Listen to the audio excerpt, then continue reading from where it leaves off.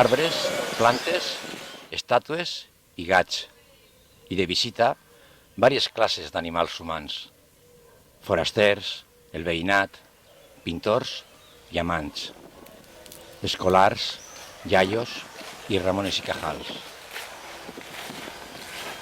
I ahir, today i per sempre més, manifestants.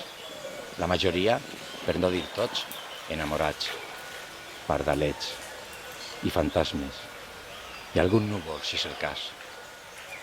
I ara? Ara sí que va de bo. Cap a un jardí de la paraula anem anant, amb una enorme i ben guanyada clorofílica alegria.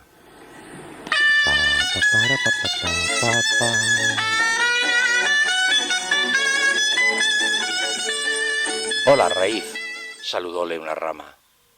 ¿Cómo andamos?, le contestó aquella toda terráquea a ella. Hecho un tronco, hecho un tronco, hecho un tronco, respondióle el bosque con voz de hongo.